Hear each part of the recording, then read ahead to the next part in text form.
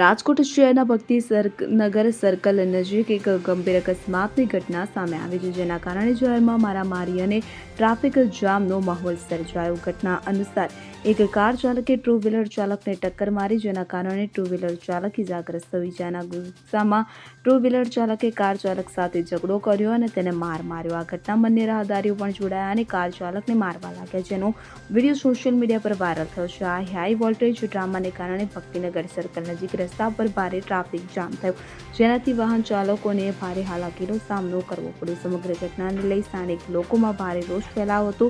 અંતે પોલીસ ઘટના સ્થળે પહોંચીને મામલો શાંત પાડ્યો. પોલીસે બંને પક્ષોની ફરિયાદ નોંધી તપાસ શરૂ કરી છે. આ ઘટનાએ રાજકોટના ટ્રાફિક નિયમો અને રોડ સેફટીના મુદ્દે ફરી એકવાર ચર્ચા જગાવી છે. શહેરમાં વધતી જતી ટ્રાફિક સમસ્યા અને વાહન ચાલકોની બેદરકારી ચિંતાનો વિષય બની રહી છે. Bureau report CN24 news. હવે જુઓ દેશ દુનિયાની તમામ ખબરો તમારી આંગળીના ટેરવે. ઉઠાવો મોબાઈલ અને Google Play Store પરથી ડાઉનલોડ કરો અમારી CN24 ન્યૂઝ મોબાઈલ એપ.